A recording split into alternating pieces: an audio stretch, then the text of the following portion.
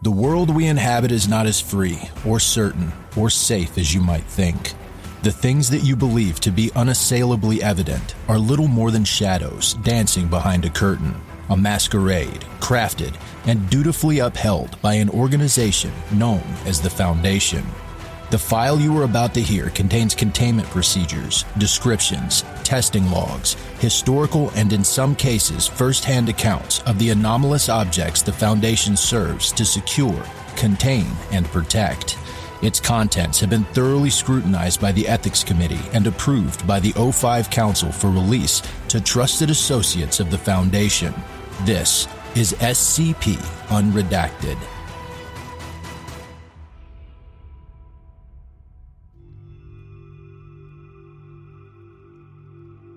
The lab was empty at night.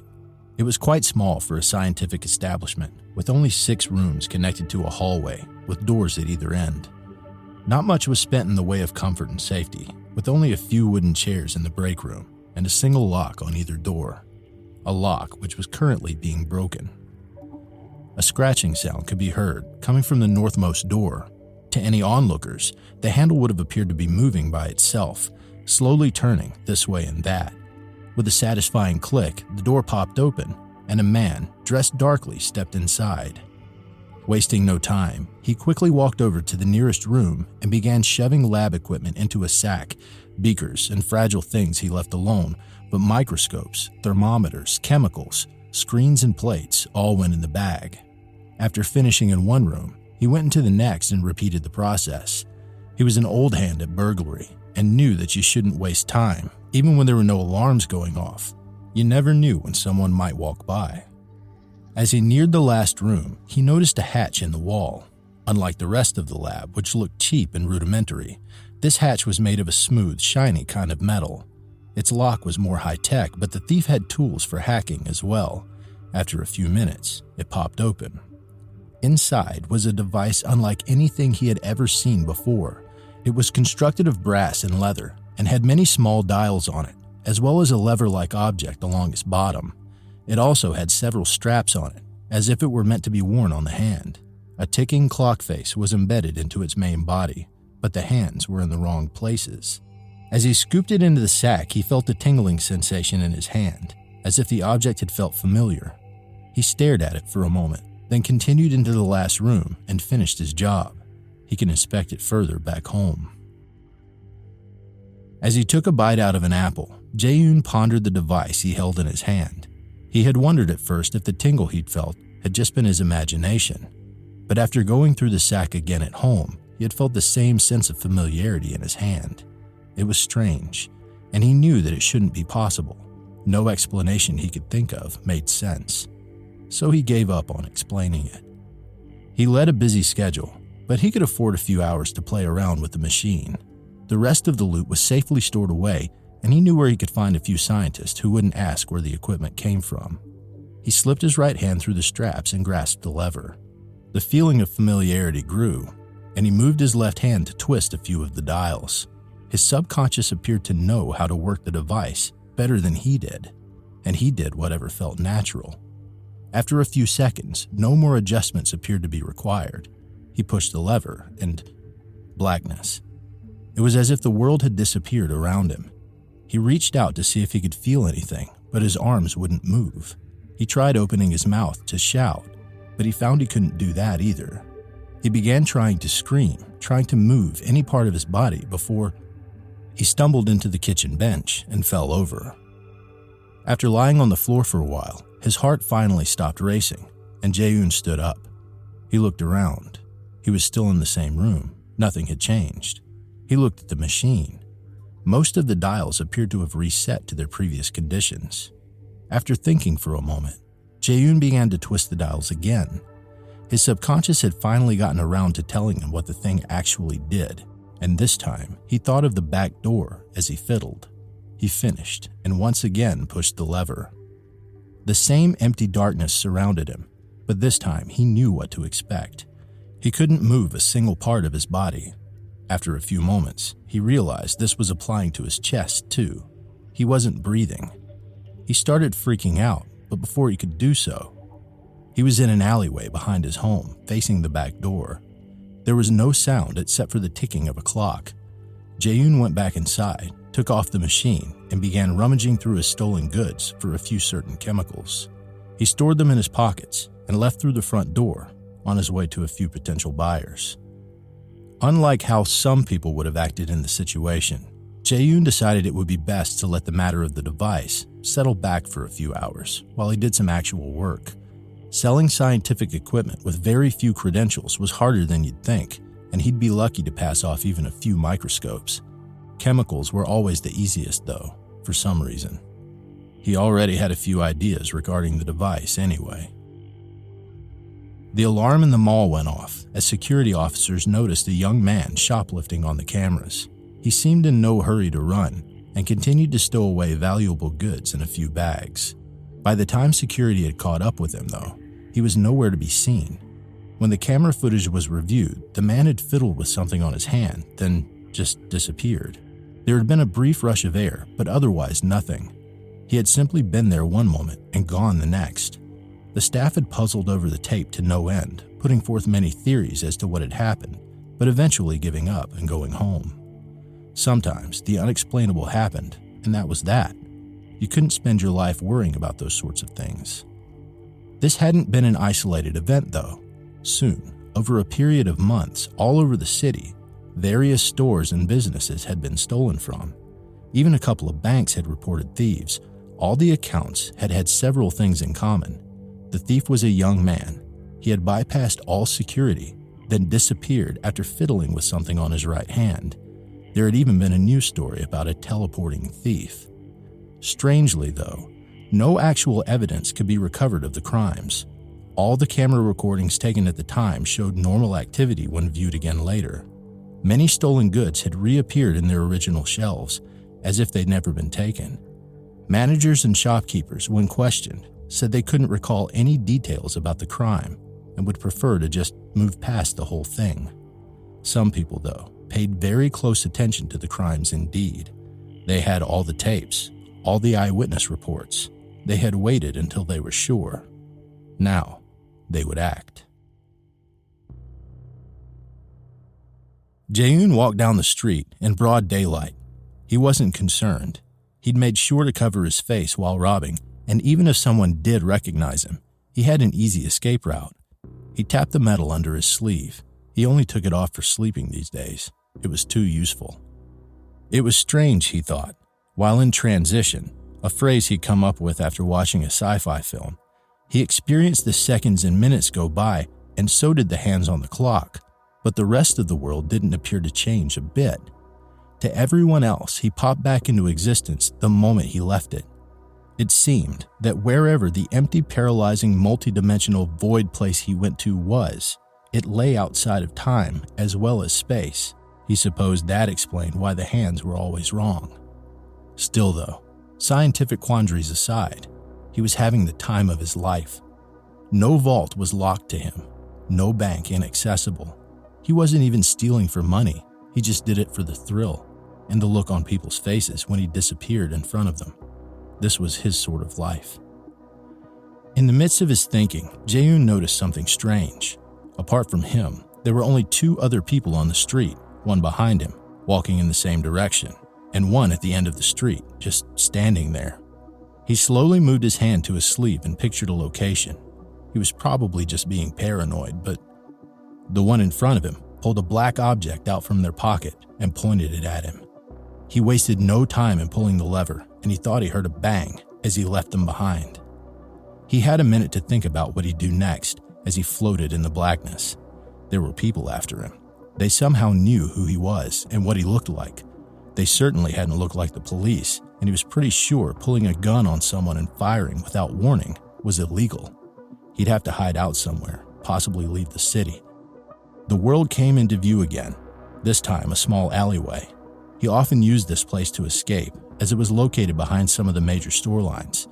The alley was a gap in the city, and it led nowhere. He didn't think anybody else knew about it. Two more people in black proved him wrong on that count. Before he could react, the one on the left raised their gun and fired at him. As he pulled the lever, he felt something hit his leg. He hadn't had any time to think, so he went with the first place that came to his mind, his home. It was some ways away, so he had a lot of time to ponder his next move. Jae-yoon wondered if his home would even be safe. These people, whoever they were, had somehow known about his hideout. Who's to say they didn't know where he lived as well? It would be too risky to stay there. He'd set up a few hidey holes around the city, but not with medical supplies. He only felt a small tingling below his knee, but he was fairly sure that once he popped out of transit, it would start hurting. After a little over 10 minutes, he had decided what he would do. If there were already people there, he'd leave before they could shoot. If there weren't, he'd grab a few things, then leave. He was 99% sure they wouldn't know the location he was thinking of. He hadn't even used it yet. After popping back into his kitchen, his leg immediately started hurting. The pain bent him double, and it was all he could do to not scream. He rummaged in a few of the drawers for bandages before he heard footsteps running towards him. Before anyone had even come into view, he grabbed a few medicines and pulled the lever. After a long wait in the void, he popped out into the basement of an abandoned house. He had been inside the house as a guest before it had been sold and remembered seeing the basement door. The basement was all but empty, with only a few shelves left around the walls. Jae-yoon finally gave in to his leg and collapsed on the floor. He sat up and began bandaging his leg. While it hurt like hell, he could still move it around like normal, so he figured the bullet hadn't hit anything important. After he patched himself up, he got up and went outside. He was hungry and thirsty, and he had never thought of keeping food in his hideouts. He had never thought anybody would be this good at tracing him. In a nearby convenience store, he bought several soft drinks and chips with some money he kept in his pockets. He made sure to keep the device hidden at all times. After quickly eating some of his snacks and saving the rest for later, he decided it would be best if he left the city. He zapped himself to the outskirting suburbs and caught the first outward-going bus he saw. They'd never catch him now. Over the next few months, many strange events were reported in the neighborhoods of several cities. Multiple gunshots were reported being heard around the streets, often coming from alleyways. Yet whenever these were investigated, no one could be found in the area. Empty houses had litter found in them, and many families reported burglaries, despite not having left the house during the time before the burglary was discovered. The reports always died down in a few weeks, before popping up again in another city, just as strange and diverse as before. People began looking out for anything strange if their city was the one under attack. Yet once again, no solid evidence beyond mere memory could be found. No photos or videos existed, and the most official accounts of such events were on internet forums. Many dismissed it as a hoax or as a stunt by some political party. The attackers were good at their job. They didn't merely try to catch the thief. It was their efforts that ensured nobody knew for sure what they had seen and heard. They worked efficiently and ruthlessly and managed a complete suppression of information. As the number of cities attacked grew, though, he began to get on their nerves. It didn't normally take them this long to catch their prey. Jae-yoon tossed and turned in the bed, only half asleep. The last time he had slept, the people in black had been knocking the door down by the time he grabbed the machine. He didn't take it off to sleep anymore. It was ridiculous, he thought. Ridiculous and unfair. Sure, he'd stolen a lot of stuff, but who would ever go to this much trouble to catch someone? They might not have succeeded in that, but they sure had succeeded in making his life a living hell. His leg twinged. The pain had died down, but had never gone away completely, and he suspected it never would. Not while the bullet was still there. The worst part, he thought, the absolute worst part, was that they always managed to track him down. It didn't matter where he went, even if he didn't venture outside the entire time, they still found him. He sometimes wondered if he should give up, just give them the device they wanted so much. But he suspected they wouldn't just let him go after that. They didn't seem like the forgiving type of people. He rolled around in the bed, trying to relax without sleeping. Well, tomorrow he'd be leaving this place, this whole continent altogether. It'd be hard for them to get around a place like Asia, and he could move easy. Eventually, they'd have to give up. After all, Nobody could care that much about a simple device, could they? As it turned out, yes, they could. What the thief didn't know was that they didn't need to follow him. They already had people in Asia, keeping an eye out for him. They had people everywhere. They needed people everywhere. They had gone to more trouble over less than a working teleporter, and they didn't stop. He tried numerous times to give them the slip, but they always found him. Even after he'd gotten the bullet out, they kept on searching, not letting him rest. They had many people, and he was but one. They knew he'd have to give up sometime. Except he didn't. The months stretched into years, and the chase continued. The thief escaped to more continents, only to find them waiting for him. Yet he kept running, kept blinking into the ether before they could stop him. This was strange behavior to them, but they couldn't stop in their mission. They believed in what they did, as much as a priest believed in their God. As time went on, they noticed a change in the thief's appearance. He grew a beard. His hair turned white. He didn't walk straight. They knew this wasn't an attempt to disguise himself. They estimated that for every day he spent in the world, he spent 6 in the void. His age was beginning to catch up to him. Despite this, though, he still did not submit. But they had him now. The chase would only take a little bit longer. Jae-yoon lay under a tree. It wasn't the best of hiding spots, but he knew he'd have at least an hour before they came this way. He knew their tactics, not that it helped. The sun was up, and it was a beautiful day. He took a moment to appreciate the nice weather, the cool air, and the trilling bird song.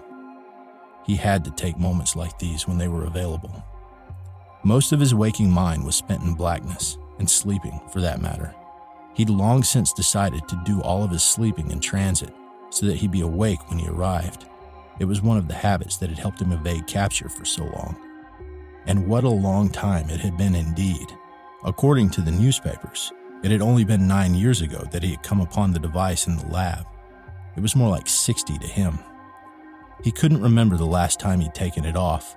The skin underneath the straps had turned into scar tissue, and there was an ugly red line along his palm where he pulled the lever. He wasn't even certain why he ran anymore. Somewhere, he knew he had relatives. He had tried reaching them in the relatively peaceful times, but they had always been nearby, waiting for him to reveal himself. The best he had managed was a voicemail, and he wouldn't be surprised if they had never heard it. He knew he should get up, find somewhere more secure, have some food and water, but the ground was so soft, and he just wanted to sleep. In a secret location, there was a scientist. She had been put on the project only at its very end, yet had been asked to write the report. Typical bureaucracy, she thought. She hadn't even seen the man before they caught him. She took a sip of the coffee in front of her and looked at her work. The object came to the attention of the Foundation after a series of seemingly impossible burglaries. The Foundation examined CCTV footage and noticed an individual, believed to be the object's creator, disappearing from sight shortly before each burglary. The individual appeared to be using the object for short jumps to access inaccessible locations. The Foundation pursued the individual across 3 continents over a period of 9 years before the individual was finally found, having died of old age due to extensive use of the object in... Silly, really, that she'd had to censor the name of the place. But everyone who'd read the report knew where they got him, so she supposed it didn't matter. She clicked the save button and went to the cafeteria. Within an hour, the matter had left her mind.